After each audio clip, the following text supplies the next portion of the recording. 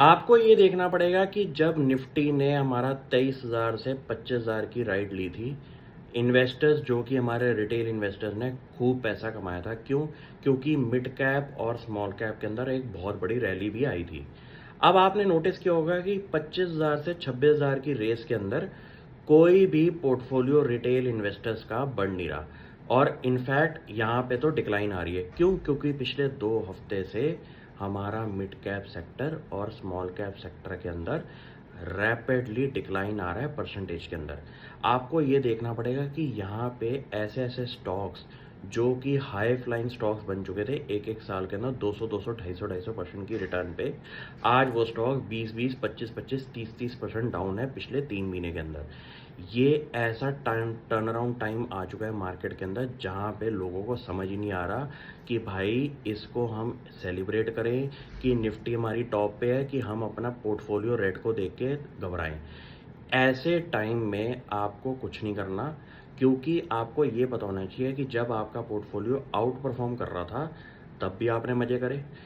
अब यहाँ पे अगर आउट परफॉर्म नहीं कर रहा, इनफैक्ट आपका डिक्लाइन पे है, तो यहाँ पे आपको पेशेंटली अपने पोर्टफोलियो को ध्यान से नहीं देखना। क्यों? क्योंकि जब जब आप पोर्टफोलियो देखोगे निफ्टी ग्रीन है, पोर्टफोलियो डाउन है, आपका मेंटल लेवल खराब होता है।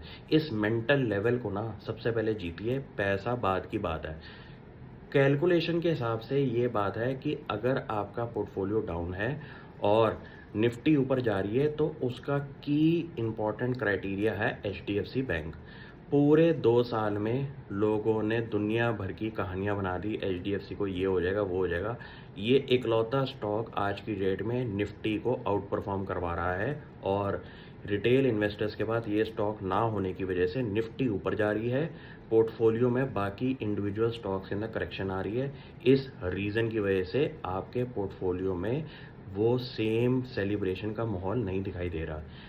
आपको निफ्टी के कॉन्स्टिट्यूएंट्स को पढ़ना है और अपने पोर्टफोलियो में देखना है वो कॉन्स्टिट्यूएंट्स नहीं है, इसलिए आपका पोर्टफोलियो वैसा बिहेव नहीं कर रहा। इनफैक्ट मिड कैप सेक्टर और स्मॉल कैप सेक्टर के अंदर डिक्लाइन की वजह से आपके इंडिविजुअल पोर्टफोलियो के अंदर भी डिक्लाइंस आ रहे हैं।